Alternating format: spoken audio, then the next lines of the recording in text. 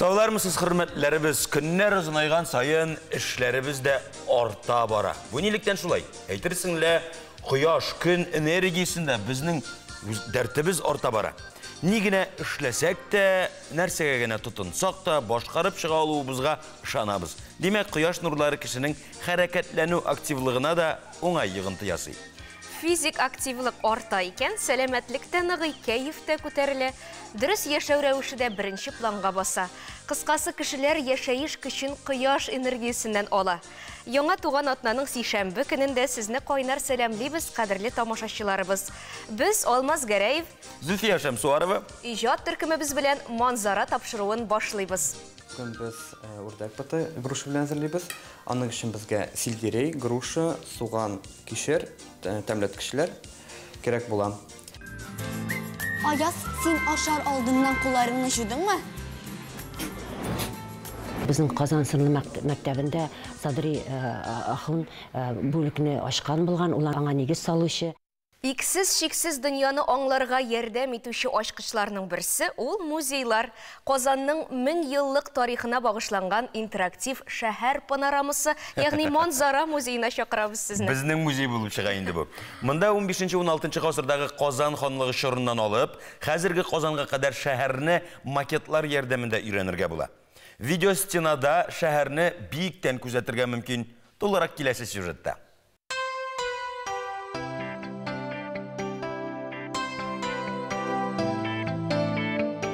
Казанның заманча музейларының берсе. Манзара 4 катлы билли, анда интерактив мәйданчыклар, шәһәр макетлары, түгәрәк видеоманзара һәм башка үзенчәлекле экспонатлар урнашкан. Беренче катта Казанның истәлекле урыннары картасын өйрәнә һәм интерактив киоск ярдәмендә дусларыгызга видео сәлам тапшыра аласыз. Икенче катта трамвай кафесы, әйләнмәле видеоманзара залы, лабиринт һәм Казан манзарасы экспозицияләре тәкъдим ителә. Биредә Казан гербы барлыкка килү тарихы белән танышырга мөмкин. Иске татар бистәсе Казан шәһәренең тарихи өлеше. Аның тарихи мәдәни һәм шәһәр төзү традицияләре Идел Чулман Булгарстанына, Алтын Урда һәм Казан ханлыгына барып тоташа. Озак вакыт иске татар бистәсе Рәсәйдә татар халкының бердән-бер диярлек шәһәр структурасы була һәм халыкны берләштерүдә мөһим роль уйный. Мәдәни һәм икътисади үсешкә этәргеч бирә. Өченче катта император корабльләре экспозициясе. Казанның төрле чорларына караган макетлар, Свечин манзарасы белән танышып, виртуаль чынбарлык ярдәмендә шәһәр турында мәгълүмат алып була. Казан манзаралары интерактив киоск экранына кагылуга, очар кышка әйләнеп Казанга югарыдан соклана аласыз. Һәр урамны һәм йортны табырга мөмкин. Фильмнар һәм макетлар проекциясе бу ике чорга хас булган төрле тарихи вакыйгалар. Уникаль тавыш дизайны белән танышырга мөмкинлек бирә.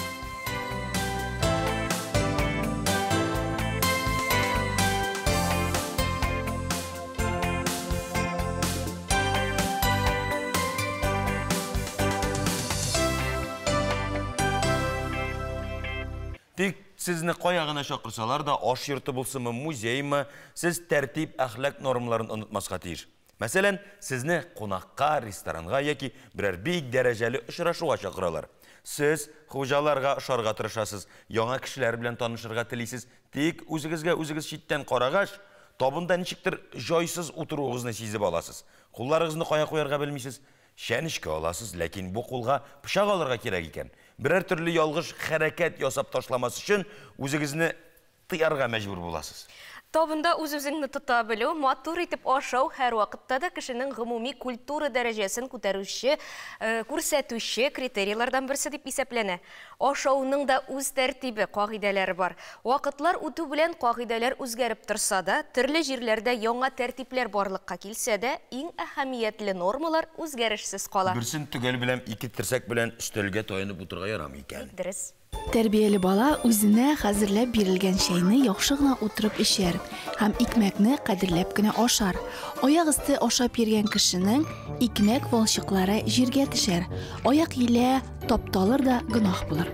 Шуның өчен тәрбияле һичбер вакытта аяк өстендә ашап йөрмәс дип язган Ризаетдин Фәхретдин үзенең тәрбияле бала китабында. Тиеш булган әйберләр күп.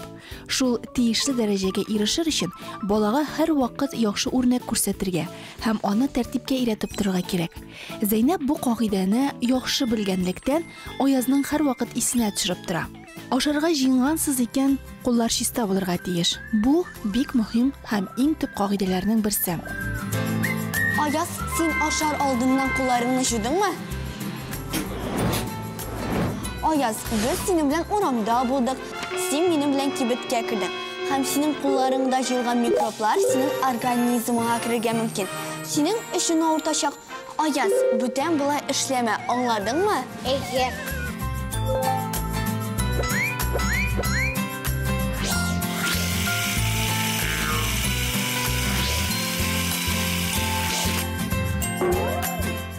Әлбәттә, ашарга утыргансың икән, бу махсус урында булырга тиеш. Бала калган чүпне теләсә кая ташларга кирәк түгеллеген дә яхшы белеп үссен.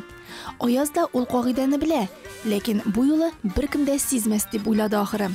Ләкин апасы аны гел күзәтеп тора. Аяз, өйрәтәсең сине, син һаман үзеңнекен эшлисең. Мин сиңа күпме тапкыр әйткәнем бар. Беренчедән, урамда булып ашап йөрү матур түгел. Икенчедән, син банан чүбен кая аттың?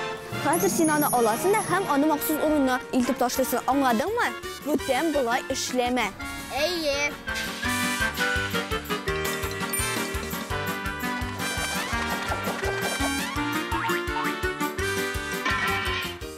Телевизор, компьютер алдында ашамаска, ашаган вакытта ипи валчыкларын чәчмәскә, кыланмаска, уйнамаска кирәк.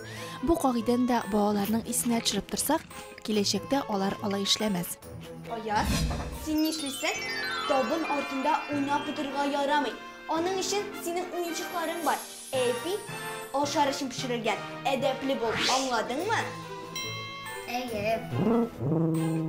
Музей, театр, кино яисә башка берәр мәдәният үзәгенә барасыз икән, биредә дә балага бу урында ашау бик үк матур күренеш түгеллеген аңлатырга кирәк. Аяз, ашыйсың килдемени, ләкин кая да булса барга җыенгансың икән, димәк ашап барга кирәк. Бик ашыйсың килгән икән, димәк түзәргә инде, чөнки музейда ашарга ярамый. Ашар өчен махсус урыннар бар. Бүтән булай эшләмә. Ярар. Китапханә шулай ук ашау урыны түгел. Монда капкалап алу да рөхсәт ителми, чөнки синең китапларга зыян китерүең мөмкин. Аяз, тагын бер кагыйдәне исеңдә тот. Китапханәгә син китаплар укырга киләсең. Монда ашарга ярамый. Өйгә кайткач рәхәтләнеп ашарсың. Син китапларны пычратырга мөмкинсең. Синнән соң бу китапларны күпме кеше укый бит әле. Шуңа күрә бүтән булай эшләмә, аңладыңмы? Әйе. Булар хакында күбрәк һәм тулырак балалар Шаян ТВ каналын карап белә ала. Биредәге барлык тапшыруларда балаларны әдәпкә өйрәтә. Заваклы, акыллы татар балалары булып үсәргә ярдәм итә. Шаян ТВ кара, булырсың шәп бала. Тәртип нормаларына без төшендек. Хәзер инде шуны гамәлдә кулланып карыйк. Без кухня, ягъни аш бүлмәсе фақат хатын-кыз биләмәсе генә диюдән ерак торабыз. Яшь ир белән хатын бер-берсенә булышып, аш-су әзерләгәндә нинди яхшы һәм ничек күңелле бит. Әле айрыша тәмле дә була. Димәк, аш-су әзерләүнең серләре бу юнәлештә булган белемнәр аларның һәр икесенә дә кирәк. Кызганычка каршы аш-су әзерләүнең хәтта иң гади алымнарын да белеп бетермәүчеләр бар. Бу алымнарга мөмкин кадәр тизрәк өйрәнергә киңәш итәбез. Моның бернинди кыенлыгы да юк, тик теләк кенә булсын. Мәсәлән, бүген армут белән үрдәк бутып пешерәбез. Рецептын истә калдырырга тырышыгыз. Нәрсә дисәк тә иратлар яхшырак пешерә. Менә карагач үзең ышанырсың. Сәмсез, бүген без үрдәк боты груша белән әзерлибез. Аның өчен безгә сельдерей, груша, суган, кишер, тәмләткечләр кирәк була. Беренче эш итеп без үрдәк ботын әзерлибез. Аның өчен без үрдәкнең тиресен алабыз.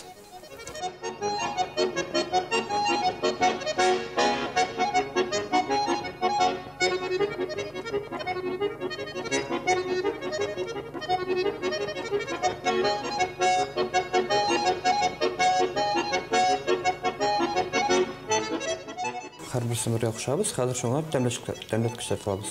Розмарин белән тимьян. Тыз.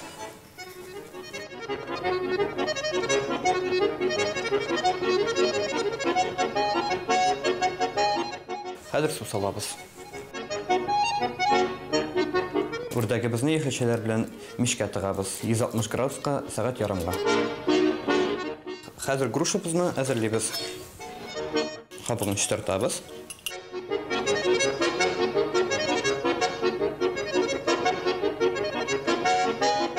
Грушабыз өстенә бал ягабыз. Шуңа аз гына су салып, мишкә тыгабыз. 1-8 минутка 160 градуска. Үрдәгебез пеште, аның белән бергә пешкән яшелчәләрне алдык, алардан бер эшен генә иде. Хәзер үрдәгебезгә соус ясыйбыз, бал һәм горчица ярдәмендә һәм мишкә тыгабыз.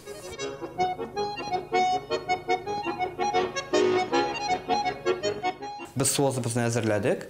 Монда безнең бал һәм ярмалы горчица. Һәм шул соусыбызны үрдәгебезне өстенә салыйбыз. Һәм без аны 5-10 минутка мишкә тыгабыз, колер бирер өчен. Безнең үрдәгебез белән грушыбыз әзер, һәм шуларны оформлять итәбез. Аның өчен безгә апельсин соусы кирәк була. Апельсин соусы ясар өчен безгә апельсин, шикәр кымы һәм дә су кирәк була, һәм озак итеп кайнатырга. Хәзер без грушыбызны салабыз.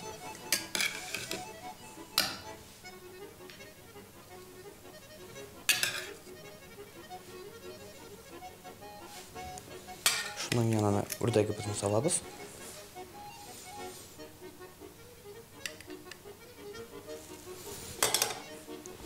Аңа без маслиннан ясалган җир дип аталган бездә. Оформление өчен. Зәйтүн җимеше. Һәм кура җиләкләр белән бизәп бетерәбез.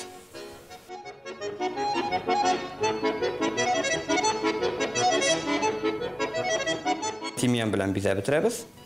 Безнең ризыгыбыз әзер, ашларыгыз тәмле булсын.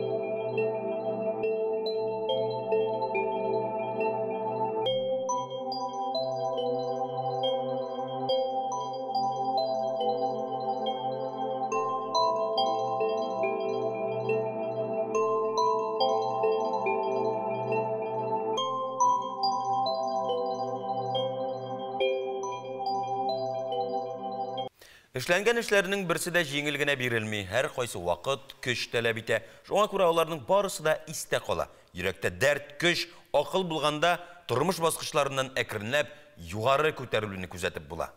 Яңа гасыр телевидениесе дә әнә шулай югары максатларына ирешә. Алтын бөртекләп җыелган кебек телевидениенең уңышлары да еллар буе тырышып эшләү нәтиҗәсе. Яңа гасыр телеканалының 20 еллык тарихын искә алып, киләсе сюжетны карыйк. 20 ел Яңа гасыр телеканалы эфирда. 20 ел без Татарстан тормышындагы барлык вакыйгаларны яктыртып барабыз. 2004 елның бу көннәрендә Россия Олимпия комитетының Fair Play еллык бүләген Казан спорт сараена тапшырганы билгеле булды.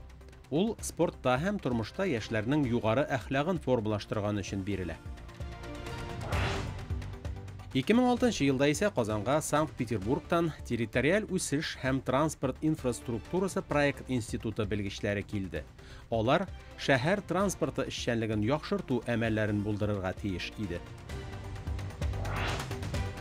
Яна 2 елдан Татарстан делегациясе студентлар спортының Европа ассоциациясы утырышында катнашу өчен Стамбулга китте.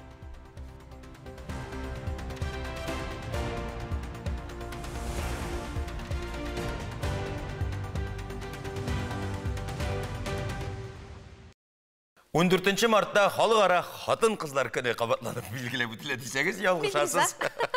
Көн сайын ул сезнең өчен. Елгалар көне билгеләп үтелә җәмәгать. Ни өчен 14-дә?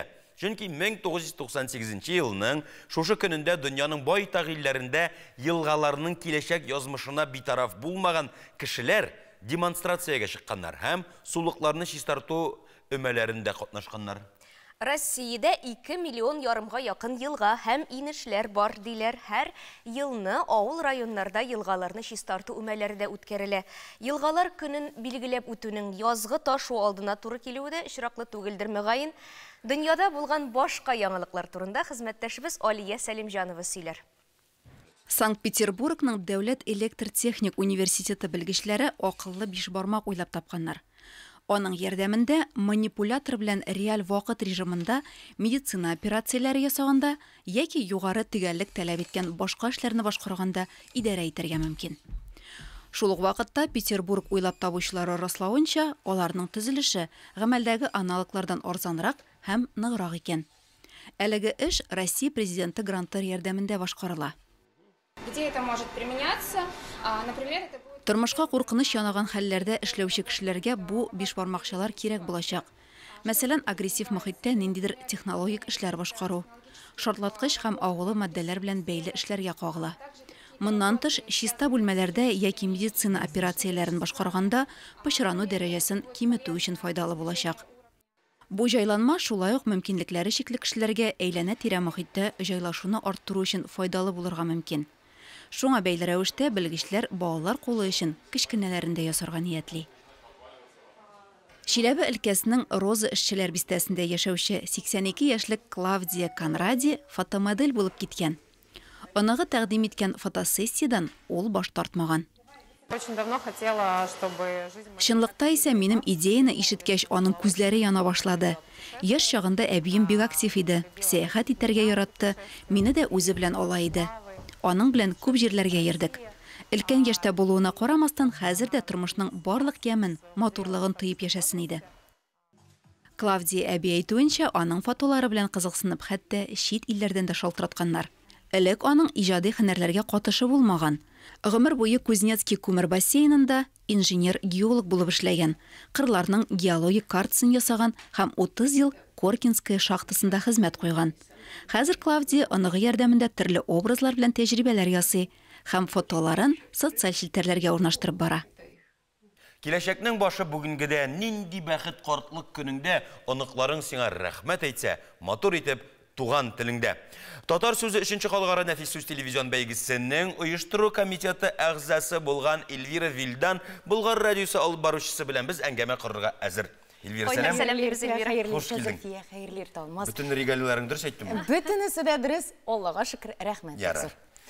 Оештыру комитеты хәзер нәрсә белән мәшгуль? Нәрсә оештыру әлеге татар сүзе бәйгесенә багышланган мизгелләрдә? Нәтиҗәләргә бик санаулы вакытлар калды бит инде. Нәтиҗәләргә санаулы вакыт калса да, бераз гына вакытны арткарак күчерик әле. Хәтерлисез, Алмаз, әле күптән түгел генә шушында килеп, республика күләмендә оештырылучы халыкара нәфис сүз бәйгесе татар сүзе хакында менә башлана дип сөйләгән идек. Инде нәтиҗәләр дә ясыйбыз. Теге көз көне генә чебешләрне саныйлар дисәләр дә, инде яз айыннан менә шушындый шытып чыккан бүреләр шикелле яшь башкаручыларны, шагыйрьләрне, үзләрен шагыйрь дип татарга була, чөнки анда иҗади гаиләләр дә бар иде, үзләре шигырьләрен язган кешеләр дә бар иде. Шуңа күрә мин чын мәгънәсендә туган тел бәйрәме татар сүзе бәйгесе хакында сөйләп үтмәкче булам. Менә күземне йомдым да хәзер радио тыңлаган кебек.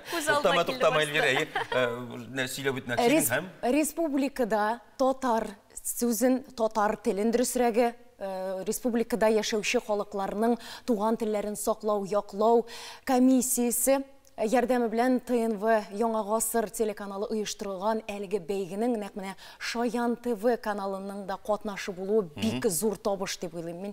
Чөнки 3000гә якын гариза килгән иде, шуларның 2000гә якыны балалардан. Син карадыңмы аларның бөтенесен? Мин барысын да карадым. Теге әйтә бит, Муса Җәлил әйтмешли, үзем күрдем үз күзләрем белән ди, үзем күрдем үз күзләрем белән ул балаларның самимилеге, саф татарча сөйләшүләре һәм алар аларның менә жюри әгъзалары Иркаил Зайдулла, Рамил Тухватуллин, Ирек Хафизов, Луар Шагырҗан, кайсыларын оныттым микән, Гүзәл Сәгыйтова, менә шуларның карагыз әле.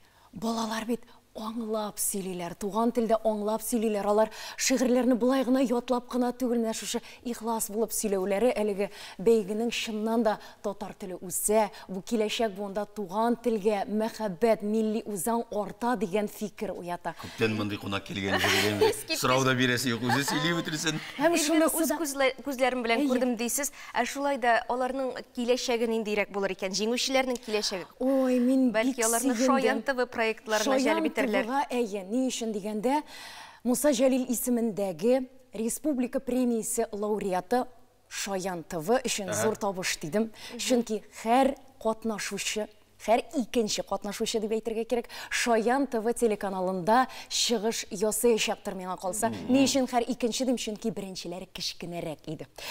Яшь чикләве юк. Иде бит 0+ иде, шуңа күрә 1 яшьтән алып балалар катнаштылар. Менә әле генә телләре ачылып килгән сабыйларның да шигырь сөйләүләре аеруча менә самими хисләр уятты жюри әгъзаларында да. 2 яшьлек балада шундый тәмле итеп сөйлиләр бит алар. Шундый рәхәт итеп сөйлиләр. Җиңүчеләрнең исемен әйтергә ярамый бит әлегә. Әлегә юк, чөнки 28 мартта билгеле булачак. Бер сирен генә аш, менә шул җиңүчеләр арасында 2-3 яшьлек балалар бармы?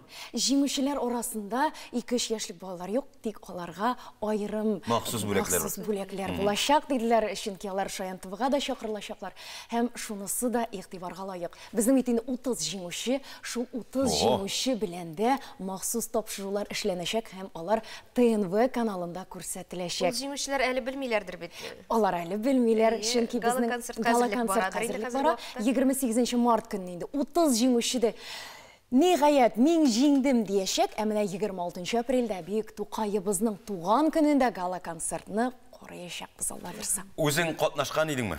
Үзем катнашкан идем, алмаз. Беренчесендә катнашкан идем, мин лауреат исемен яуладым һәм беренчесендә катнашканда ул барыбер катнашучылар бит ничектер көндәш шикеллерәк карыйсың бит әле.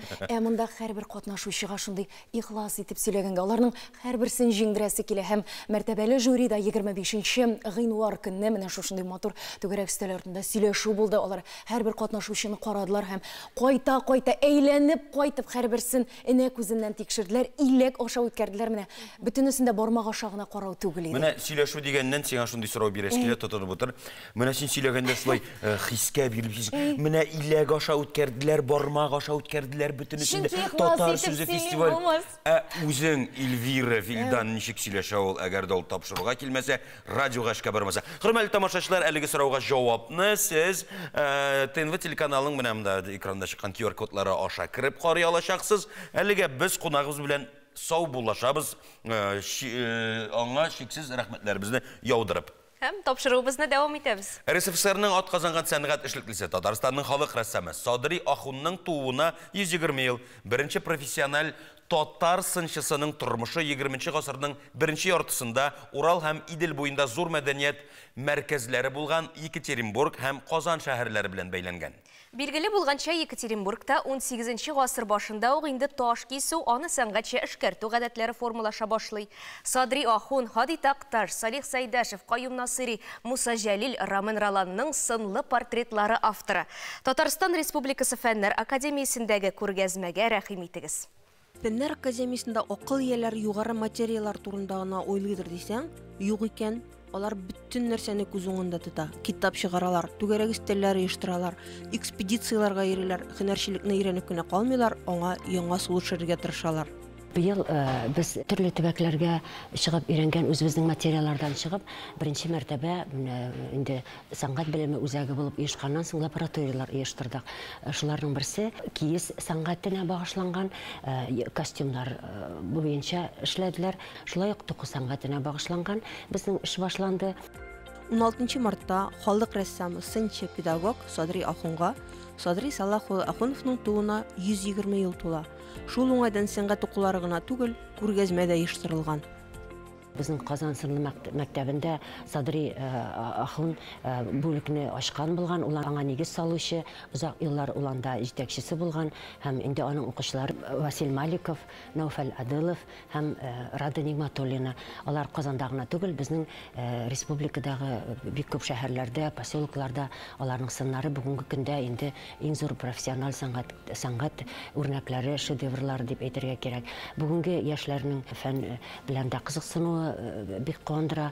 Алар монда үзләренең соңгы 15 елда эшләгән эшләрен алып килделәр. Монда төрле жанрны күрәбез. Портрет жанры да бар, сюжетлек бар, фигуралар да бар, һәм инде төрле материаллардан эшләнгән. Кече пластика да бар.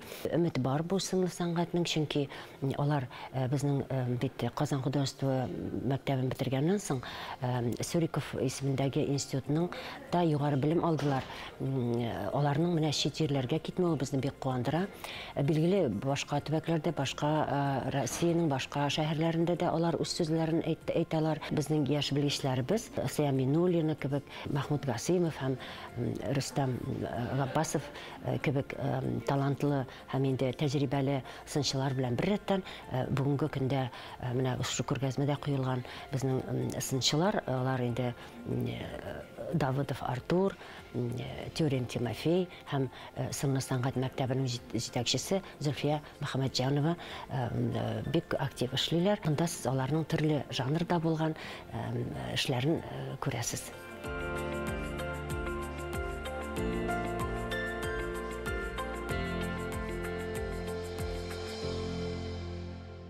Казан шәһәрендә татар телендә экскурсияләр беребез өчен дә яңалык түгел. Бу безнең өчен табигый хәл. Тарих, мәдәният, татар халкы тормышы турында кызыклы сәяхәтләр бездә даими рәвештә үткәрелә. Казанның иярчен шәһәре булган Иннополиста да татарча экскурсияләр үткәрелүе бик сөендерә. Киләсе сюжетта Татарстан башкаласыннан 50 чакрым ераклыкта урнашкан Россиянең иң яңа шәһәре Иннополиска ни өчен барырга кирәклеге һәм анда нәрсә карарга мөмкин булганлыгы хакында безнең хезмәттәшләребез сөйләр.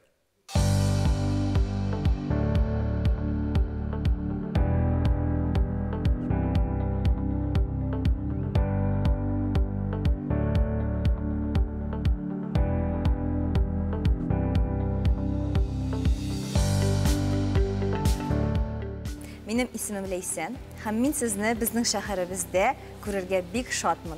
Менә карагыз, менә шушы биналарның кайсылары төзелеп беткән хәзерге вакытта.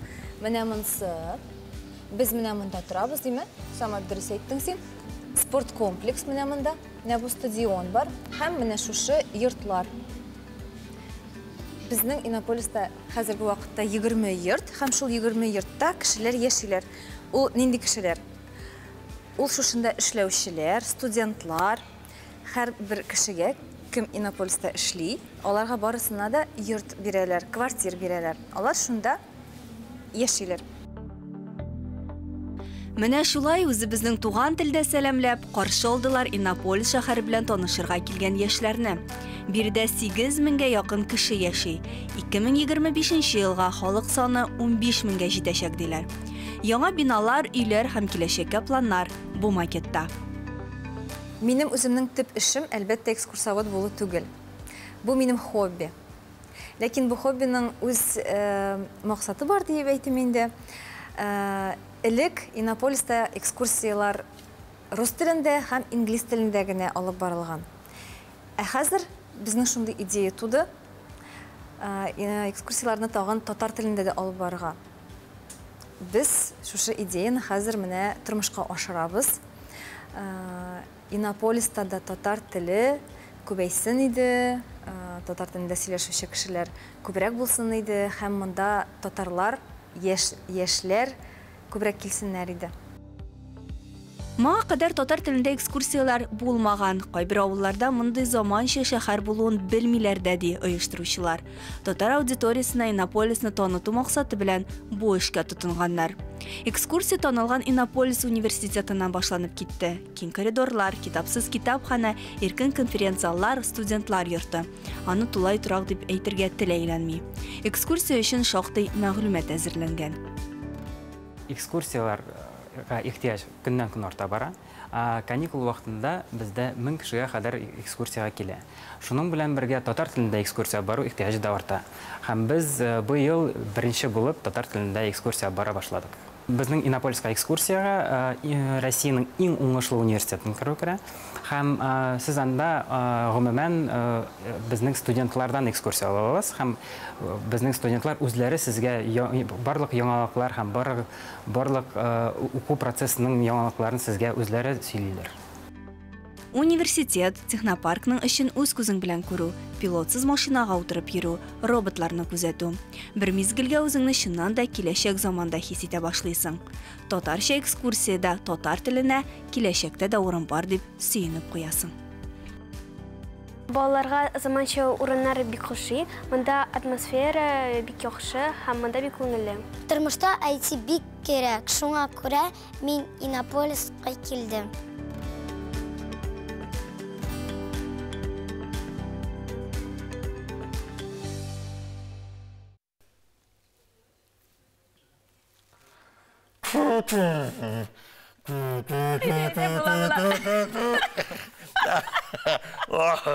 Үзебезнекендә маташтырам, күршеләрнекендә өйрәнеп булмыймы. Бездә кунакта Айбулат Гыйләҗетдинов Октябрьский Башкортстан Республикасы Октябрьский шәһәрендә музыка көллиятендә белем алучы егет кунакка килгән безгә. Айбулат, сәлам, хуш килдегез. Амсыз. Ничек хәлләр? Әйбәт. Өйрәт инде, өйрәт. Ничек? Урта тешкә куела да. Ага. Ага. О! Олай гына 2 минут эчендә өйрәнеп булсайда. Сез ничә ел өйрәнәсез менә шуңа? Мин Курайда инде 7 яшьтә уйный башладым. Сен 2 минутта өйрәнмәкче буласың. Милләтегез буенча башкортмы, татармы? Минем әти башкорт, әни татар. Ике якта бер-берсен хөрмәт итеп, тулландырып яшәйме? Субханалла, күстимәсен. Димәк, син рәхәтләнеп башкортчада һөйләшә алаһың? Дөрес әйтәмме? Татарчада рәхәтләнеп сөйләшәсең. Айбулат, беренче адымларың турында сөйлә әле менә шу өлкәдә булган беренче адымларың турында. Ничек башлап җибәрдең? Мин беренче класска укырга кергәч инде. Топай авылында конкурс булды, үземнең авылда. Җыр буенча. Шул групповой этапны үттем дә, мин алып киттеләр районный центр конкурсына. Шунда җыр буенча катнаштым Курайда. Потом конкурсны үттем дә инде чакырдылар Янаул районына җыр буенча конкурска. Димәк, син җырлыйсыңмы? Анда безнең белән район курайчысы барды, курай уйнашырга инде, аккомпанемент итәргә. Үзең менә нинди курайчыга, нинди музыкантларга сокланасың үзегезнең Башкортстан Республикасында? Чөнки анда курайчыларыбыз да бик күп, җырчылар да, Аллага шөкер. Минем иң яркын курайчы инде ул Роберт Юлдашев, Юлай Ганетдинов, Азат Айткулов. Хәзер ничә ел эчендә бит инде горурланырлык дәрәҗәләрең дә бардыр, ирешкән нәтиҗәләрең бардыр. Шулар турында сөйләп кит әле. Беренче тапкыр мин катнаштым 8 яшьтә Октябрьский курайчылар бәйгесендә. Мөмкинме менә без монда инде кыланып, шаярып кына инде уйнарга өйрәнеп карадык, ләкин булдыра алмадым. Кыскача гына менә курай тавышын ишетергә мөмкинме? Чөнки без сиңа әле музыкаль сәхнәне тапшырганчы, менә монда стель артында да ишетәсез килә.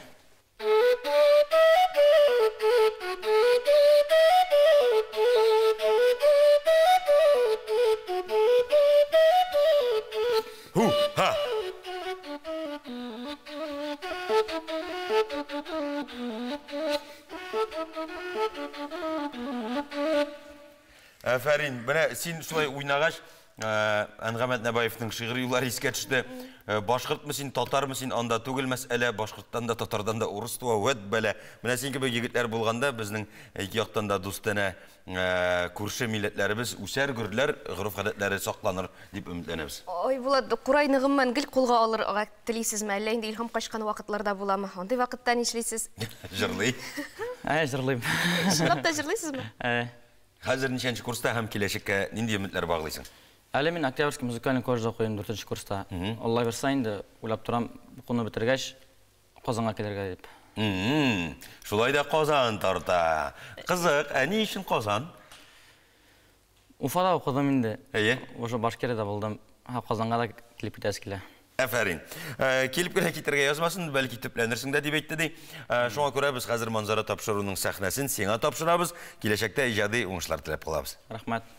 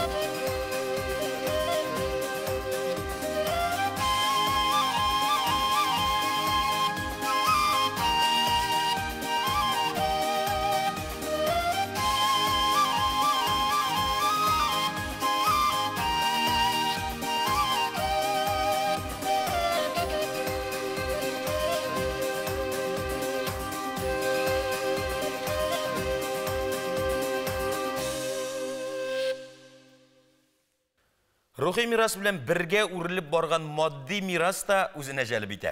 Шундыйларның берсе артистларның сәхнә киемнәре. Сәхнә киемнәренең бик борынгы төрләре әлбәттә безгә килеп җитмәгән. Ә инде җиткән кадәресе халкыбызның кабатланмас иҗади көчкә ия булуын күрсәтә. Гасырлар буена иҗат кешеләре бу эшкә үзенең кул көчен генә түгел, бәлки матурлыкка омтылышын, хыялын, эстетик зәвыгын да сала. Сезнең игътибарга Татарстанның халык артисты Зәйнәп Фәрхетдинованың сәхнә костюмнары, аларның һәрберсенең үз тарихы бар. Кыш яласын туймаса, ашылмай гүлләр. Мен мұны сатып алдым. Бик күп эзләдем, әлбәттә, костюмнар белән безнең соңгы елларда гына бик уңай һәм төрле материалдан төрле сыйфаттагы материалны табырга була. Материалны элек тә табып буладыр, әмма алар кара төсле иде, алар синтетика иде, тын алмый торган иде. Иң беренче чыккан костюмымны мин алган идем базардан. Базардан ул кара юбка белән кофта иде. Өсте кара, асты шулай ук ни белән итәкләре парчадан эшләнгән. Бер төрле шундый бер костюм булды. Аны мин озак киелмәдем. Утук белән яндырдым. Яшерә улы башын канат арасына таба барып тигез җаласы. Бик күп чорда, бик күп төрле материаллар белән, бик күп төрле генә художниклар белән эшләргә туры килде. Әгәр инде мин художникларга барсам, үземнең нәрсә теләгәнемне уйлап, нинди күлмәк, нинди төстә киергә теләгәнемне уйлап барадырым. Бары бер художник. Ул миңа әйтәдер, Зейнәп, әйдәле, син нигә кыска кимисең? Нигә син аякларыңны ябасың? Нигә син әзрәк кенә җилкәләреңне ачмыйсың дип бер вакыт җитте, син минем сүзләремне исеңә төшерерсең дидер. Чынлап та әмин әйтәдер. Миңа әгәр дә кыска итәк белән чыксам, ачык иңнәр белән чыксам, халык нәрсә әйтер? Уңайрак кием киясе килә, әлбәттә. Әмма ул сәхнәгә һәр вакытта допустимый бер түгел. Мин бер дә яратмыйм ябык матур костюмнарга танкетка киеп чыгуларын. Сәхнә әйберсе ябык башлы булырга тиеш.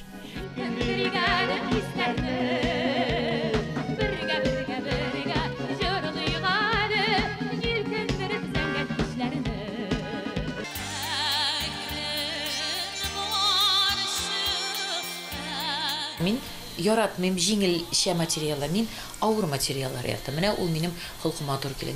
Мин агач белән тимерне яратам. Тышкы кыяфәте генә йылтырап тормасын матур булып, ә миңа ул булай икән, ул бик затлы һәм озын гомерле булсын дигән минем үземнең тормыш принципларым шундый.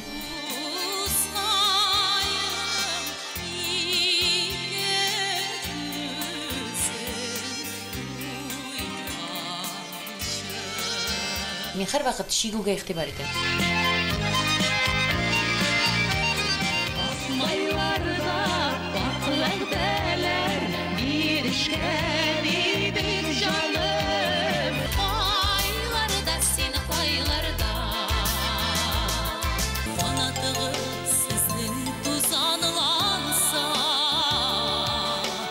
Агый дилгә төшеп юарсы. Дөнья күләм танылган журналдан алып, минең фасонын һәм шулай ук миңа шигү ошады. Шигү бөтенләй шушылай иде, миңа моны арча осталары. Арчада шигеп бирделәр. Меңгә 1000 дип аталган 1000 еллыкка багышлап программа эшләдек. Һәм шул вакытта шушындый безнең тарихыбызны чагылдырган бераз ниләргә, күлмәкләргә, шигүләргә кайтырга теләгебез булды. Һәм шулай ук менә бу күлмәккә мин әле тектергән идем, шулай ук шушындый түбәтәй. Бу Нижгар татарларының түбәтәе. Бусы шулай ук архивларда казынып, мен моны эзләп таптым. Бүтән түбәтәйләр арасында шушы түбәтәйне ошатып, Балыкны тәнгә безгә зур балык түгел, бер күрешүләр әлләни. Ул заманда бик кыен иде. Нәрсә булса да табу. Без аның менә бу кожасын таптык, шигүләрен юнәлттек. Моның өсте дә бар. Өске ягы да шулай ук менә шушындый нидә, кожадан күннән шулай ук мотор шушындый шигүле, шушындый шигүләр күрсәтелгән күлмәкләр безнең бөтен дөньябызга танылсыннар иде дигән теләктә каласым килә. Һәм шушының өстендә эшләүче безнең остазларыбызга, арчаларга, Казандардагы булган бар фирмаларга минем бары тик уңышлар гына теләп каласым килә. Киләчәктә Алла бирсә, мондый матур шигүләр белән костюмнар әле булыр.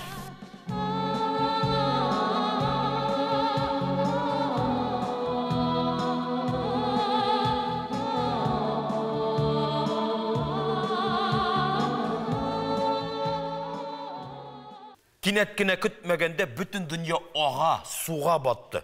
Буты киергәдер мөгаен? Минем яраткан сәхифәм килеп җитте. Белеп ки сәхифәсе. Лилия рәхимет.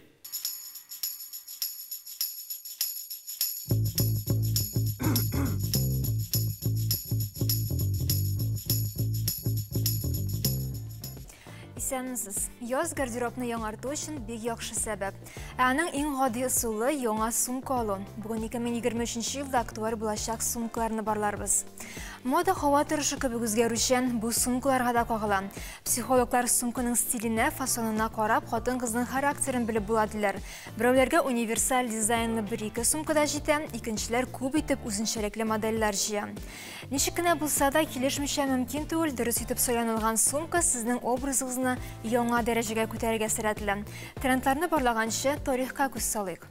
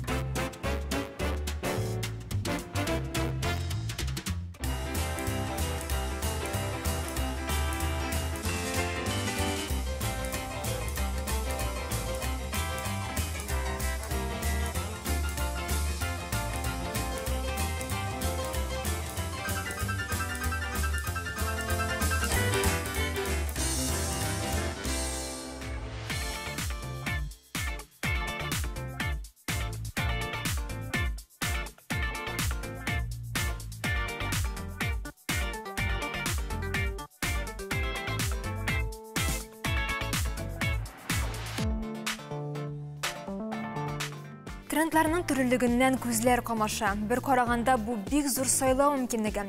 Икенче яктан бер сумкага тукталу авыр. Бүген мода күрсәтүләрдә булган сумкаларны барларбыз. Беренче тренд панк юнәлеше. Ул кием трендларында гына түгел, аксессуарларда да актуаль. Әлбәттә, бу сумка һәм аяк киеменә дә кагыла. Сумкада ул ниндидер атрибутлар, металл люверслар, чылбырлар, коптыргычлар аркылы чагыла. Гадәттә ул сумка күннән була. Димәк, 2010 елга сумкалар бүген трендта. Панк стилен яратасыз, әмма мондый киемнәрне кияргә кыюлык җитмәй икән, рәхим итеп панк стилендә сумка сайлый аласыз. Алдагы тренд деним сумкалар. Ул 2000 елларны искә төшерә. Хәтерләсәгез, мондый аксессуарлар ул елларда модада иде. Алар төрле формада, размерда булырга мөмкин. Без моны әлбәттә база дип әйтә алмыйбыз, әмма гардеробны төрләндереп җибәрү өчен бу бик стильле вариант булырга мөмкин. Total деним стилендә киенсәгез, мондый сумка образыгызны тагы да тулыландырып җибәрәчәк.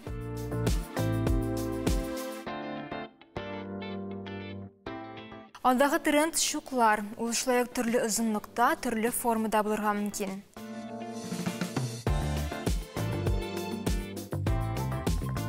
Оверсайз сумка, ул конверт, шопер һәм башка формада була. Әлбәттә, алар бөтен кешегә туры килеп бетмәскә мөмкин. Монда буегыз, пропорцияларыгызны исәпкә алырга кирәк булачак.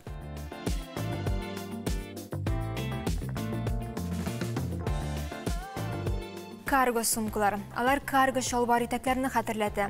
Формасы буенча ул я багет, я туры пычмаклы формада булырга мөмкин. Карго булгач, әлбәттә, ул кесәләре күп булу белән аерылып тора. Һәм бу кесәләр сумканың төрле пычмакларында урнашырга мөмкин.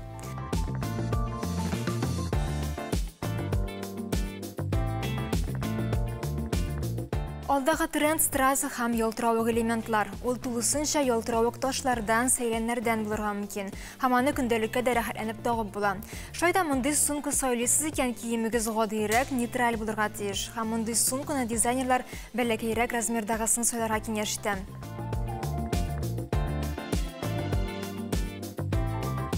Алдагы трендны иң кайнары дип атарга була. Металл яки көзгө сыман өслекле сумка. Бүген моданың актуаль юнәлеше футуризм һәм ул нәкъ менә әлеге юнәлешкә карый. Үзенчәлекле формада булган сумкаларда трендлар исемлегендә алар сәнгать әсәрләрен хәтерләтә.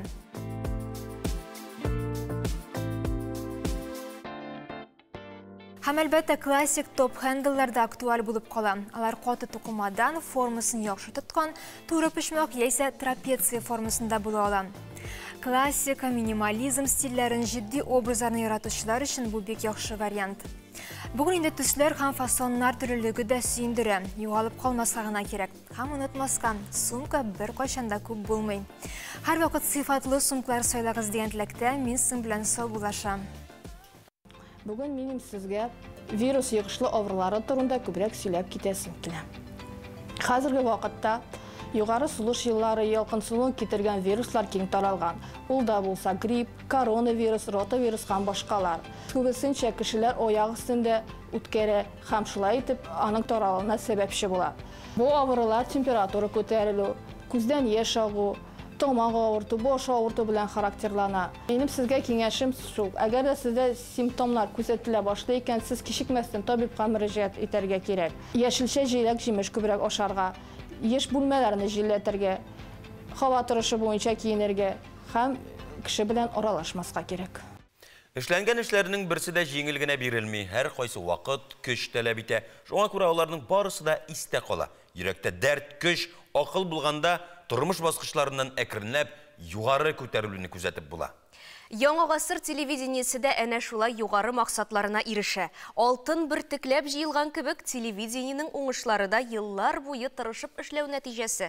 Яңа гасыр телеканалының 20 еллык тарихын искә алып, киләсе сюжетны карыйк. 20 ел Яңа гасыр телеканалы эфирда. 20 ел без Татарстан тормышындагы барлык вакыйгаларны яктыртып барабыз.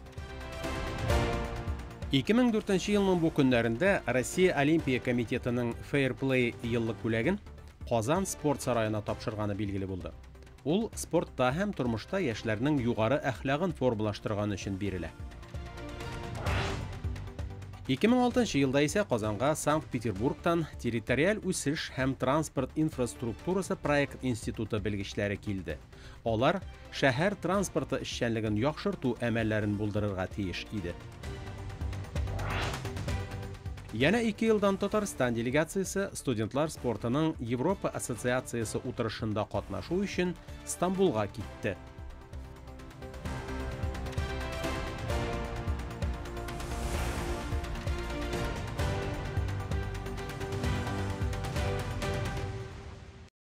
Юрганыңа карап аягыңны суз диләр, ә юрганны үзең тексәң.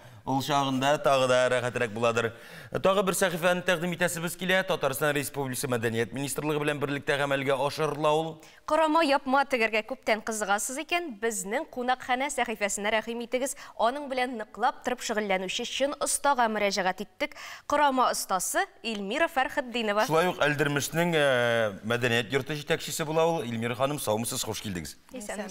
Бер спектакль һәм бер җыр белән дан казанган Әлдермеш кызына кайнар сәлам.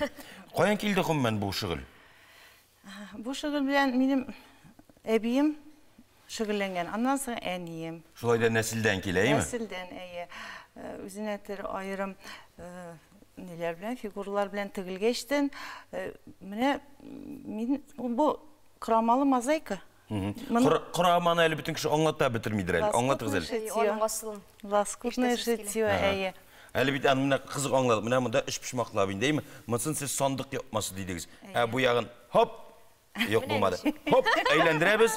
Анда инде бер бүтән бизәктән тегелгән ягаймасы. Язгы чәчәкләр. Субханалла. Краманың төрләре күп. Безнең гомумән татар халкы эш пишмактан теккән. Чөнки бу бөти. Саклагыч. Саклагыч, әйе. Аның бит тарихында бик күптәнге дип әйтиммесең, бәби юрганнары, менә мин бит теккән бәби юрганнары. Бу 2000-дә астынан бәби юрганы әйме? Әйе. Бәби юрганнары бик төсле ниләрдән, тукымалардан тегелергә тиеш булган, чөнки ул күстимедән саклана. Әйе. Бүтән саклану шул мотор юрган моторлыгына китсен өчен инде. Юрганны инде кияүгә чыккан кызга иптәш кызлары кисекшиклер алып келе торган булганнар. Элекке вакытта бит тулы тукмалар булмаган. Кимден инде кисекшик булган, шуны кияүгә чыккан үзләренең сирдәшләренә, ахиретләренә алып келе торган булганнар.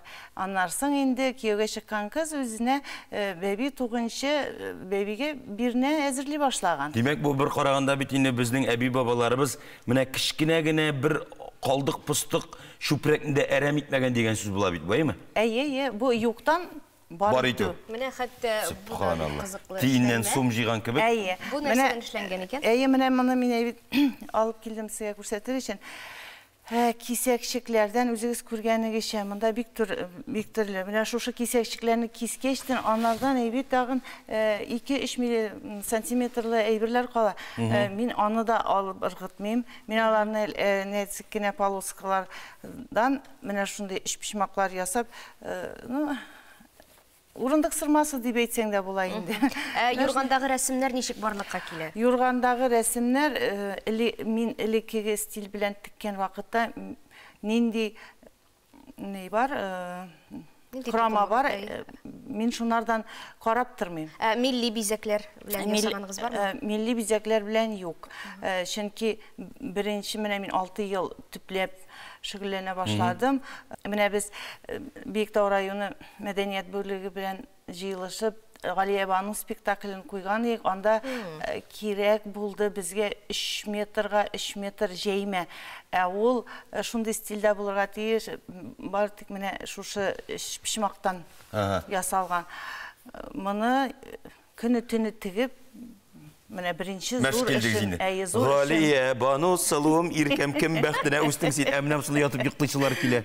Нинди йомшак ул шундый. Монсының менә өслүбе, ягъни стиле аерыла. Монсы заманча, монсы менә ромбиклар белән полоскаларны бергә кушып эшләнелгән. Мин күбесенчә инде адия япмалар, покрывалар нейтәм, чөнки кемнеңдер җәйге йортка җәеп куясы кирәк, кемгәдер скамьягә, нигә. Анда да фокус бар име, менә карашы Зөлфия, кара. Бер яганы менә шулай ромплап кичәкләп ясалган, икенче ягына шылт. Монда да ике яклы. Менә беләсезме, кешенең бит һәрбер кешенең үзенең настроениесе дип әйтимме, кай вакыт туйдырып китә икән, башка ягын җыеп куя. Менә шулай яңа туган балаларга дип сораучылар бармы, миңа юрган тегеп бирегез әле? Бар. Бәби юрганың эше бары тик нидән генә булырга тиеш, мамыктан гына. Аннарысын бу менә мин әйбит һәрбер балага үземнең исемнән сәдәфләр белән ясыйм мин. Менә мондый тимәләр белән күз тимәскә. Бу һәрбер кешенең үзенең бер имзасы дип әйтимме соң инде. Ул бары тик мамыктан гына эшләнергә тиеш. Тегесе синтепоннан булган булса, монсы мамыктан эшләнелә. Сыйфатлы булырга тиеш. Менә сез искеләрне, иске өслүпләрне, стильләрне өйрәнәм дидегез. Аларны каян өйрәнәсез? Әби бабайдан калганы бармы? Әйе. Мин үзем Лениногорск районы ягыннан, безнең якта бүтили юрганнар дип әйтәләр. Менә бүти эшпишмактан инде. Минем әнием кияүгә чыккан вакытта әбием бирне иттереп, элек вакытта өстәл булмаган, идәнгә утырганнар. Шәкегәдер инде? Юк, идән ашлар, зур ашлар идәндә әзерләнгәннәр. Менә шул уртада ризыклар булгачтан аның кырыена утырырга йомшак сырмалар сырылган булган. Менә минем әбием бирне әйттереп, инәгә инде минем әниемә биргән 70 еллык крамалы скамья сырмасы бар миндә. Менә шуны кадерләп. Бу безгә бик күптәннән килгән булып чыга. Әйе. Мин аны бик нык кадерләп тотам. Ул минем өчен бик якын. Менә мин инде күбесенчә балаларга өйрәтәм, сталык дәресләр үткәрәм. Рәхмәт, районның мәктәпләренә чакыралар мине. Кызыксыналар балалар. Менә кызым да тегә минем кызыма 16 яшь, без бергә тегәбез. Әлегә безнең кул машинасы иде, минем әнием миңа Подольск машинасы. Аның белән зур юрганнар тегәргә авыр булгачтан электрический машина алдың инде. Ничек сез дәвам итәргә Менә тиеш? сезнең шушы һөнәрегездә генә күпме тарихны барладык, аның үзенчәлекле һәм кадерле, файдалы якларын ачтык. Сезгә кунакка килгән өчен рәхмәт яусын. Аяк кулларыгыз сызлаусыз булсын. Әле менә шушы теккән корамаларыгыз, юрганнарыгыз, бәби юрганнары бигрәк тә бик күп кешеләрне җылытсын һәм салкыннардан саклап, төшләрен матур итсен. Ничек рәхәт кенә Исән сау булыгыз. Рәхмәт тапшыруга килгәнегез өчен. Иксез шиксез дөньяны аңларга ярдәм итүче ачкычларның берсе ул музейлар. Казанның 1000 еллык тарихына багышланган интерактив шәһәр панорамасы, ягъни Манзара музеена чакырабыз сезне. Ягъни безнең музейга барып килегез.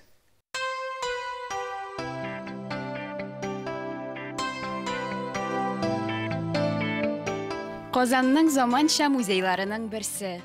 Манзара 4 катлы билли, анда интерактив мәйданчыклар, шәһәр макетлары, түгәрәк видеоманзара һәм башка үзенчәлекле экспонатлар урнашкан. Беренче катта Казанның истәлекле урыннары картасын өйрәнә һәм интерактив киоск ярдәмендә дусларыгызга видео сәлам тапшыра аласыз. Икенче катта трамвай кафесы, әйләнмәле видеоманзара залы, лабиринт һәм Казан манзарасы экспозицияләре тәкъдим ителә. Биредә Казан гербы барлыкка килү тарихы белән танышырга мөмкин. Иске татар бистәсе Казан шәһәренең тарихи өлеше. Аның тарихи мәдәни һәм шәһәр төзү традицияләре Идел Чулман Булгарстанына, Алтын Урда һәм Казан ханлыгына барып тоташа. Озак вакыт иске татар бистәсе Рәсәйдә татар халкының бердән-бер диярлек шәһәр структурасы була һәм халыкны берләштерүдә мөһим роль уйный. Мәдәни һәм икътисади үсешкә этәргеч бирә. Өченче катта император корабльләре экспозициясе. Казанның төрле чорларына караган макетлар, Свечин манзарасы белән танышып, виртуаль чынбарлык ярдәмендә шәһәр турында мәгълүмат алып була. Казан манзаралары интерактив киоск экранына кагылуга, очар кышка әйләнеп Казанга югарыдан соклана аласыз. Һәр урамны һәм йортны табырга мөмкин. Фильмнар һәм макетлар проекциясе бу ике чорга хас булган төрле тарихи вакыйгалар. Уникаль тавыш дизайны белән танышырга мөмкинлек бирә.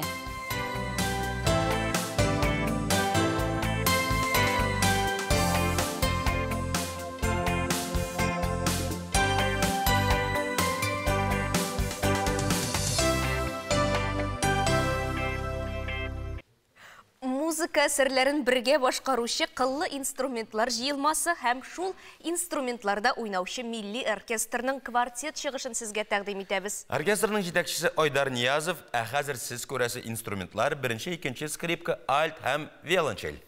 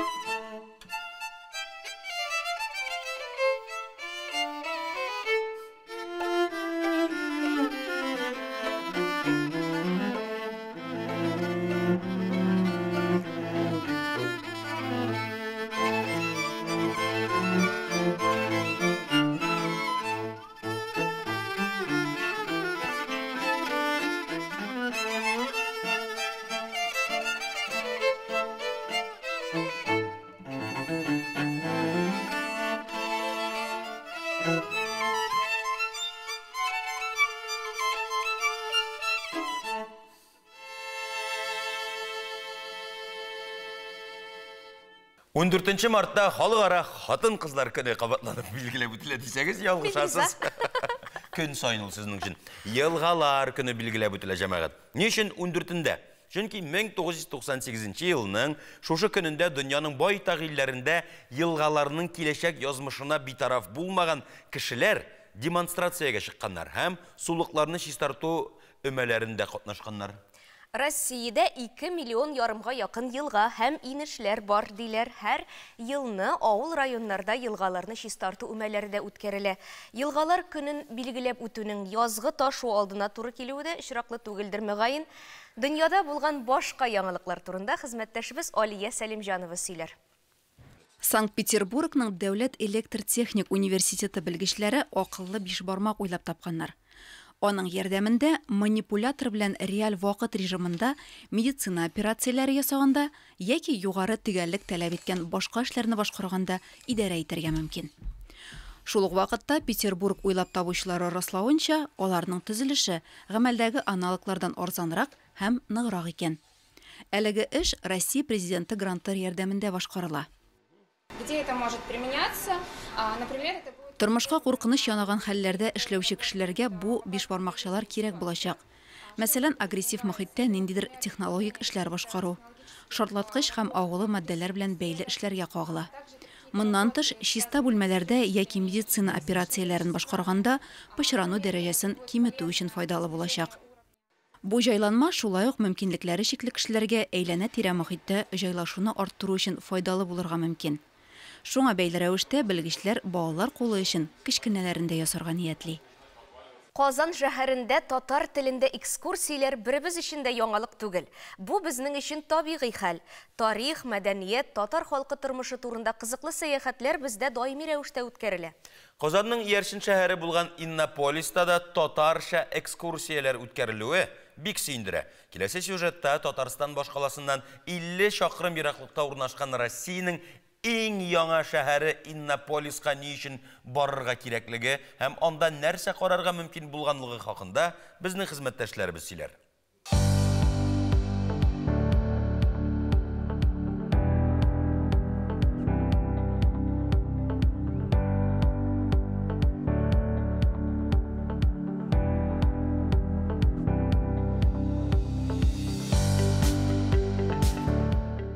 Минем исемем Ләйсән, һәм мин сезне безнең шәһәребездә күрергә бик шатмын. Менә карагыз, менә шушы биналарның кайсылары төзелеп беткән хәзерге вакытта. Менә монсы, без менә монда торабыз, димме? Самат дөрес әйттең син. Спорт комплекс менә монда, менә бу стадион бар, һәм менә шушы йортлар. Безнең Иннополиста хәзерге вакытта 20 йорт, һәм шул 20 йортта кешеләр яшиләр. Ул нинди кешеләр? Ул шушында эшләүчеләр, студентлар, һәр бер кешегә кем Иннополиста эшли, аларга барысына да йорт бирәләр, квартир бирәләр. Алар шунда яшиләр. Менә шулай үзебезнең туган телдә сәламләп, каршы алдылар Иннополис шәһәре белән танышырга килгән яшьләрне. Биредә 8 меңгә якын кеше яши. 2025 елга халык саны 15 меңгә җитәчәк диләр. Яңа биналар, өйләр һәм киләчәккә планнар бу макетта. Минем үземнең төп эшем әлбәттә экскурсовод булу түгел. Бу минем хобби. Ләкин бу хоббиның үз максаты бар дип әйтим инде.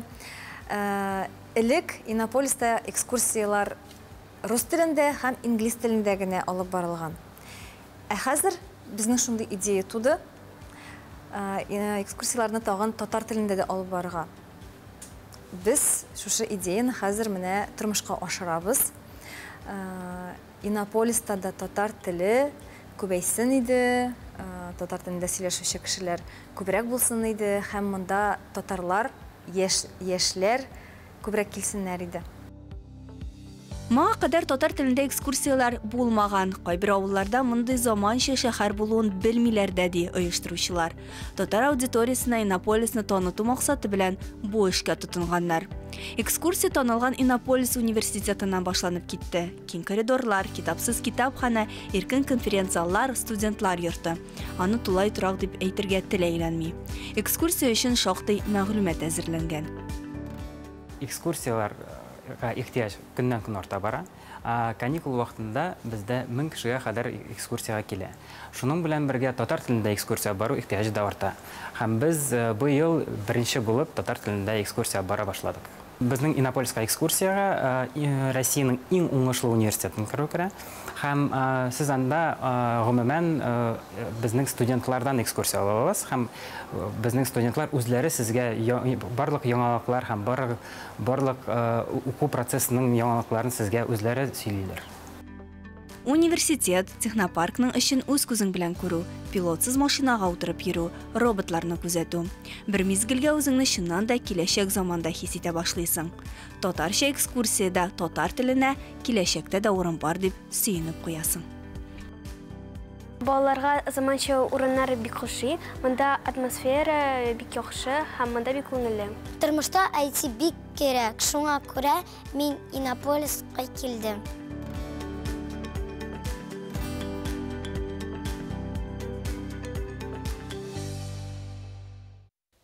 Иннополиста татарча сәяхәт кылып кайттык. Яңа Әтнә мәдәният йортының сәнгать җитәкчесе Мөнир Мәрдәновны каршы алабыз. Әтнә якларының мәдәни тормышларын искә алыйк. Ничек хәлләр? Аллага шөкер, сезне күргәч әйбәт. Ай, рәхмәт. Нинди баллы телләйме, шуны күренеп тора. Нәрсә белән яши бүгенге көндә яңа Әтнә авылының мәдәни тормышы? Ул бит инде Әтнә белән чиктәш кенә бергә терәлеп тора дип әйтсәк тә була бит. Терәлеп торалар. Яңа Әтнә мәдәният йорты хәзер әле мин күптән түгел анда эшкә урнаштым һәм мин инде барлык коллегалар белән танышып беттем. Алар мине якын итеп, мин аларны якын итеп эшли башладык. Үзең Әтнә җегетемсең? Мин үзем Улы Мәңгәр егете. Шул Әтнә районыннан шул. Яңладым. Мәдәният йортындагы коллектив турында сөйләп Мәдәният йортында гөрләп эшлисезме? Мәдәният йортында Сандугач дигән коллектив бар. Ансамбль, вокаль ансамбле. Яшь егетне кабул итәләрме соң? Әнекәш, монда безгә акыл өйрәтеп йөрмәле дип кенә карыйлармы? Юк инде, кабул итәләр. Алай димиләр. Ул бит инде барбер яңа караш, яшь булгач һәм анда Сандугач коллективы бар. Вокальный коллектив яңа Әтнә мәдәният йортында үткән һәрбер чараларда катнашалар. Бик актив ит. Һәм Әтнәнең гомумән Әтнә районы буенча мәдәни чараларда бик актив катнашалар. Анда бит әле үзенең театры да бар, якында гына булганда. Ничек менә бер-берегезгә комаша әйтмисезме? Чөнки бер Әтнәгә Әтнәнең үз мәдәният йорты, театры җитмәсә әле менә син эшләгән яңа Әтнәнеке.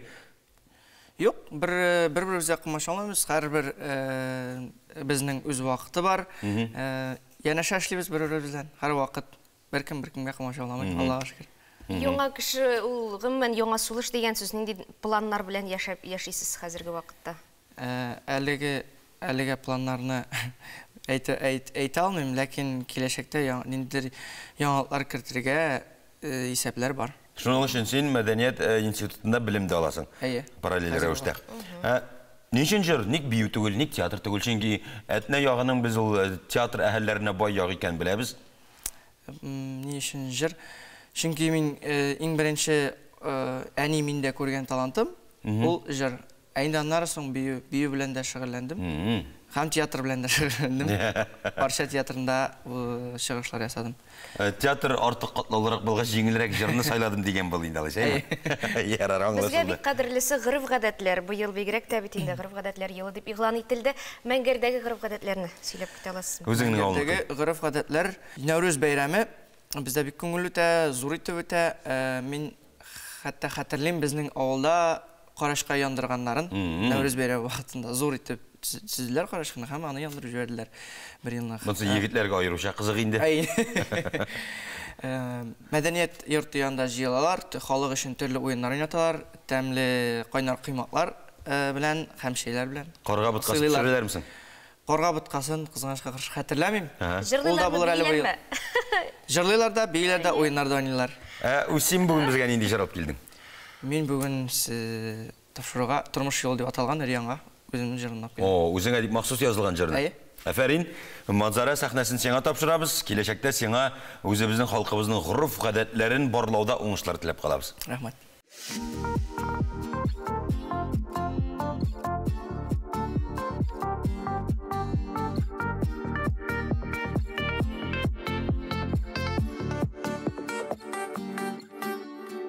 Тұрмыш юлы қаршақ секелтәлі, ұзған шақта барында көрәсің, ауырлықта келе жеңелікті, сабыр болсаң ғана түзәсің. Шаба тұрмыш юлын өттім, шабуланған шақлар болғалай, абынсам да секіріп тұрамы қабат, өзі абынғаннар еламай. Шаба тұрмыш юлын өттім, шабуланған шақлар болғалай, абынсам да секіріп тұрамы қабат, өзі абынғаннар еламай.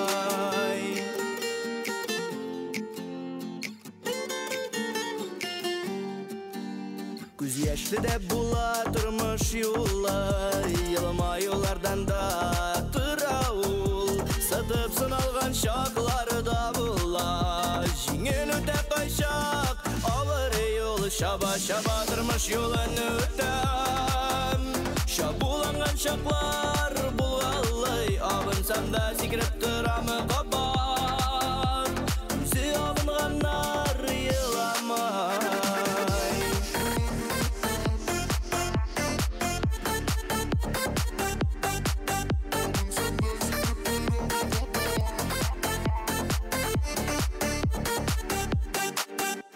Болот езген күннәрі дә була, айылмайған түннәр ұшырый, кинәт қатар жилер исеп қуя, тұрмыш тәгәрмәші тик тұрмай. Шаба тұрмыш юлын өттім, шабуланған шақлар болғалай, абынсам да секіріп тұрамы қабат, өзі абынғаннар еламай. Шаба тұрмыш юлын өттім, шабуланған шақлар болғалай, абынсам да секіріп тұрамы қабат, өзі абынғаннар еламай.